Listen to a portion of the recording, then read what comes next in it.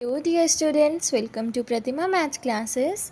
तो आज से हम जो हमारी क्लास 10th है उसका नया सेशन स्टार्ट करने वाले हैं, जो चैप्टर 1 से स्टार्ट करेंगे, रियल नंबर्स। ठीक है, तो एक्सरसाइज 1.1 का पहला क्वेश्चन देखते हैं। सबसे पहले तो आप यही जान लो कि रियल नंबर क्या होते हैं। रियल नंबर का मतलब है जिसमें हमारे सारे नंबर इंक्लूड हो। Rational number, irrational number, whole number, negative integer, positive integer, सब कुछ आए, उन्हें हम रियल नंबर बोलते हैं। ठीक है, तो ऐसे ही हम जब क्वेश्चंस की तरफ बढ़ेंगे तो आपको और चीज़ें पता चलेंगी। तो पहले क्वेश्चन में देखो क्या बोला है, express as product of its factor. तो इसका फैक्टर देखो कैसे निकालते हैं हम फैक्टर। मेरे पास ये 120 है, ट्री मेथड देख लो या फिर सिंपल एलसीएम वाला देख लेते हैं चाहे, या फिर देखो ट्री मेथड देखो। 2 के टेबल पे कहाँ जाएगा, 60 पे, फिर 60 को ब्रेक करो कहाँ जाएगा 2 के टेबल पे, 30 पे। ठीक है, फिर 30 को भी सिमिलरली कर देंगे, 2 के टेबल पे कहाँ जाएगा 15 पे, फिर 15 को देखो कहाँ जाएगा 5 के टेबल पे भेज देते हैं 3 पे, एंड देन 3 पे क्या जाएगा हमारा 3 1 पे। तो ये हमारा ट्री मेथड होता है बच्चे। तो ये बहुत इजी था करने के लिए। अब हमें सिर्फ इसमें क्या करना है, जो ये हमारे फैक्टर्स है ना, इनका प्रोडक्ट लिखना है। ठीक है, इनको प्रोडक्ट की फॉर्म में एक्सप्रेस करना है। तो देखो 2 कितनी बार आया है, 1 2 3, तो 2 को कितनी बार लिख देंगे 2 की पावर 3। मल्टीप्लाई में क्या आएगा, 5 एक ही बार है 5, और फिर क्या जाएगा 3। So this is the answer for the question. अब हम देखेंगे इसका सेकेंड पार्ट। तो आइए बच्चे नेक्स्ट क्वेश्चन देखिए। नेक्स्ट क्वेश्चन में हमें क्या बोले हैं, 156 के हमें फैक्टर्स निकालने हैं। तो आप देखो 156 हमारा देखो कहाँ कटेगा, 2 के टेबल पे सबसे पहले काट देंगे, कहाँ कट जाएगा बच्चे हमारा ये 78 पे कट रहा है। फिर सिमिलरली हम 78 को काट देंगे, 2 के टेबल पे कहाँ कटेगा 39 पे। फिर हमारा 39 भी कट रहा है 3 के टेबल पे, कहाँ पे 13 पे। और फिर 13 देखो कहाँ जाएगा, 13 के टेबल पे ही जाएगा क्योंकि प्राइम नंबर है ये, और जो प्राइम नंबर क्या होते हैं वो सिर्फ अपने यहाँ 1 पे ही जाते हैं। तो 13 हमारा क्या जा रहा है, सिर्फ अपने टेबल पे ही जाएगा। तो यहाँ देखो 2 कितनी बार आया है हमारा, 2 बार आया है, 1 2, 2 का स्क्वायर इंटू में 3 इंटू में 13। तो ये हमारा इसका क्या हो जाएगा बच्चे, आंसर हो जाएगा।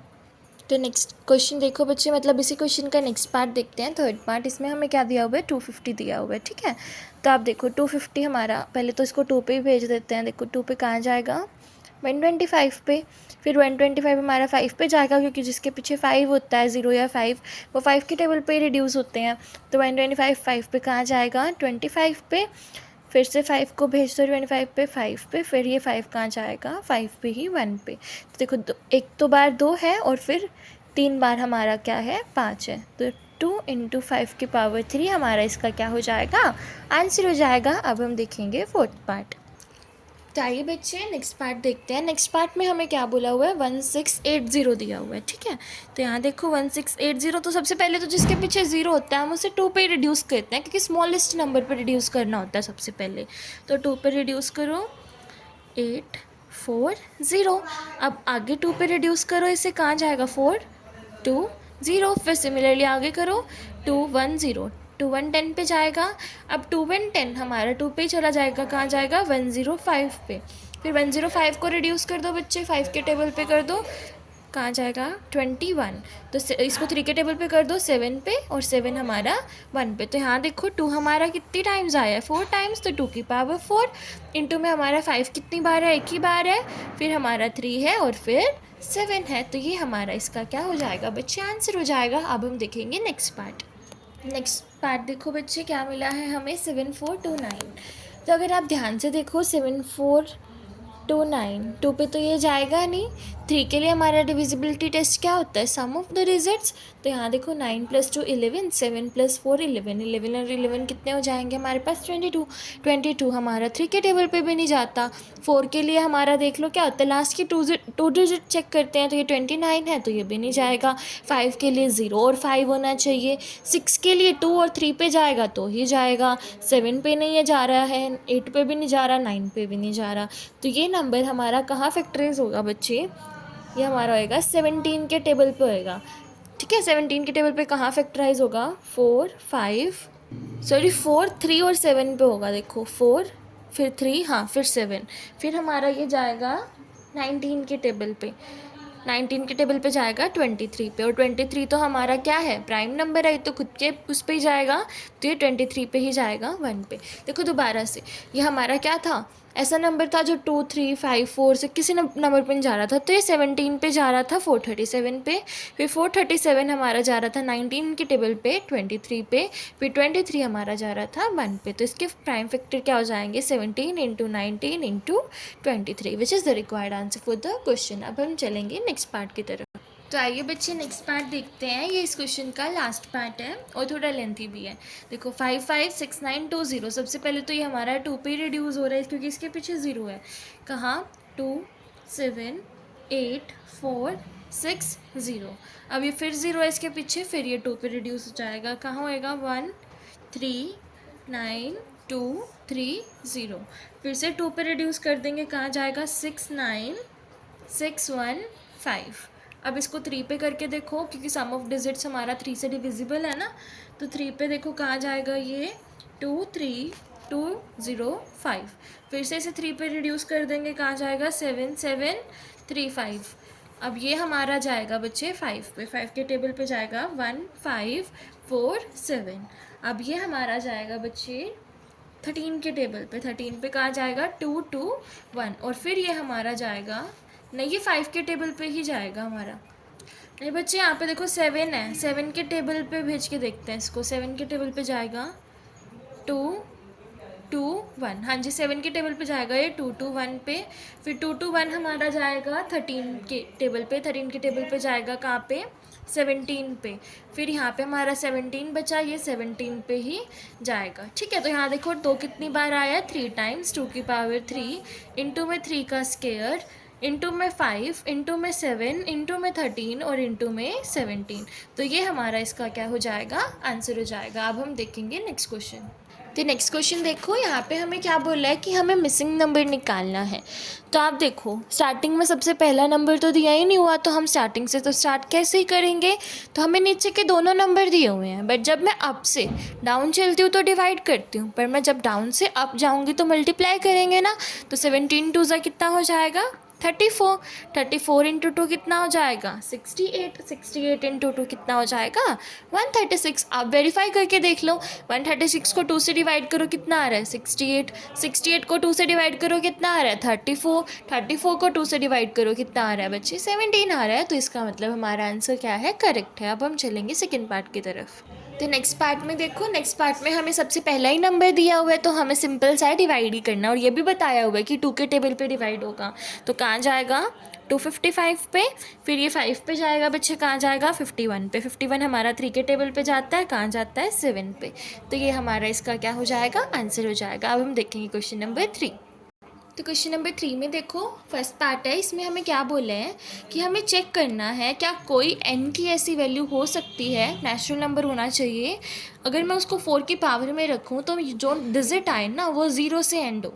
ठीक है, तो यहाँ पे ये n क्या है बच्चे, मेरा नंबर है, नेचुरल नंबर है। ठीक है, n इज़ नेचुरल नंबर। तो यहाँ पे देखो अगर जिसके पीछे 0 होगा वो नंबर डिविजिबल होगा 10 से। ठीक है, और 10 से डिविजिबल होने के लिए उससे किससे डिविजिबल होना पड़ेगा, 2 और 5। 2 और 5 क्या होने चाहिए, उसके प्राइम फैक्टर होने चाहिए। अब यहाँ देखो 2 का प्राइम फैक्टर क्या होता है, 2 इंटू 2 मतलब 2 का स्क्वायर, 2 तो है। अब 5 के लिए चेक करो, यहाँ पर हम क्या कर देंगे, 4 की जगह क्या रख देंगे, 2 का स्क्वायर इंटू में n, तो 2 की पावर 2n आ रहा है। तो इसमें भी हमारा कहीं पे 5 क्या नहीं आएगा, एज अ प्राइम फैक्टर नहीं आएगा।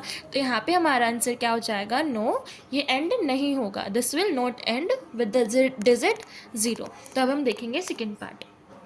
तो नेक्स्ट पार्ट भी इससे सिमिलर ही है। हमें यहाँ पे क्या करना है कि हमें प्रूव करना है कि जो 12n है वो हमारा 0 और 5 के साथ एंड नहीं होगा।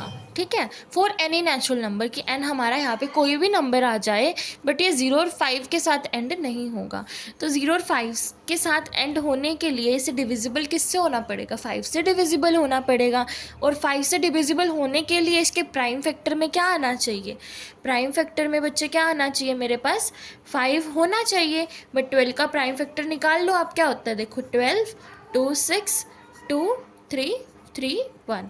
2 का स्क्वायर इंटू 3 होता है, 5 नहीं आ रहा इसमें, तो यहाँ से हमें क्या पता चलता है कि ये नंबर जो है वो 0 और 5 के साथ एंड नहीं होगा। अब हम देखेंगे क्वेश्चन नंबर 4। तो आइए बच्चे क्वेश्चन नंबर 4 देखते हैं।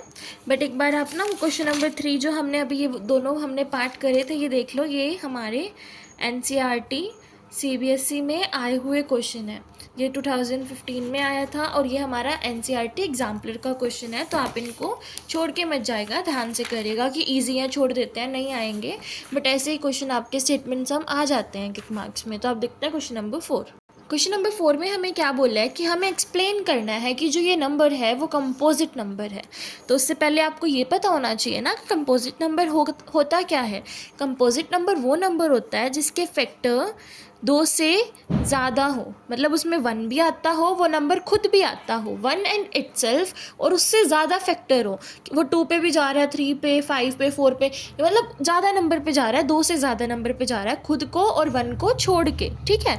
तो वो हमारे क्या होते हैं, कंपोजिट नंबर होते हैं। तो यहाँ देखो मैं यहाँ से क्या करूँ, 7 इंटू 11 इंटू 13 प्लस 13 में से 13 मैं बाहर निकाल लेती हूँ कॉमन नंबर। तो 13 बाहर निकालने के बाद मेरे पास क्या बचा, 7 इंटू 11 प्लस 1, यही बचा मेरे पास, 13 बाहर पड़ा है यहाँ पे, ठीक है। तो यहाँ देखो इनको मल्टीप्लाई करो, 7 इंटू 11 कितना हो जाएगा, 77। तो 13 इंटू 77 मेरे पास आ गया, बट यहाँ प्लस 1 भी था वो ब्रैकेट में, तो कितना हो गया 78। 13 इंटू 78। अब देखो 78 के तो फैक्टर्स निकल जाएंगे बच्चे 2 पे, हम इसको सोल्व करेंगे तो ये चला जाएगा, देखो कहाँ जा रहा है 3 पे 9 पे, फिर हमारा ये भी 3 पे चला जाएगा, कहाँ जाएगा 13 पे, फिर ये हमारा जाएगा 13 पे। तो फैक्टर्स क्या हो गए, 13 का स्क्वायर इंटू 2 इंटू में हमारा 3, तो ये इसके क्या हो जाएंगे, फैक्टर्स हो जाएंगे। तो मतलब इस नंबर को मैं इस तरीके से भी तो एक्सप्रेस कर सकती हूँ ना। प्राइम नंबर क्या होता है कि मैं इसको इसी तरीके से एक्सप्रेस कर सकती हूँ और तरीके से मैं इसको एक्सप्रेस नहीं कर सकती हूँ और फैक्टर्स नहीं लिख सकती हूँ, बट इसके फैक्टर्स तो बन चुके हैं, तो ये हमारा क्या है बच्चे, कंपोजिट नंबर है। अब हम इसका सेकेंड पार्ट देखते हैं। तो आइए बच्चे सेकंड पार्ट देखते हैं। सेकंड पार्ट देखो, यहाँ पे हम क्या करेंगे, 5 को मैं एज अ कॉमन नंबर निकाल लेती हूँ, ठीक है। तो 5 को कॉमन निकालने के बाद मेरे पास क्या बचा, अंदर देखो 7 into 6 into 4 into 3 into 2 into 1 plus 1, ये बचा मेरे पास। और इसको मैं सॉल्व करती हूँ तो क्या आ रहा है, 1008 प्लस में 1 है हमारे पास और इंटू में 5 है, तो 1008 प्लस 1 कितना हो जाएगा, 1009 इंटू 5 और इंटू में 1 हम लिख सकते हैं वैसे नॉर्मली। तो यहाँ देखो इसके कितने फैक्टर्स हो गए, 1 2 3, तो मोर देन 2 फैक्टर्स हैं, तो इसका हमारा क्या हो जाएगा 5, 1009 और 1 क्या है इसके फैक्टर्स हैं, और ये हमारा क्या है बच्चे, कंपोजिट नंबर है। तो आगे क्वेश्चंस हम नेक्स्ट वीडियो में कवर करेंगे। Till then bye bye and like share subscribe the channel.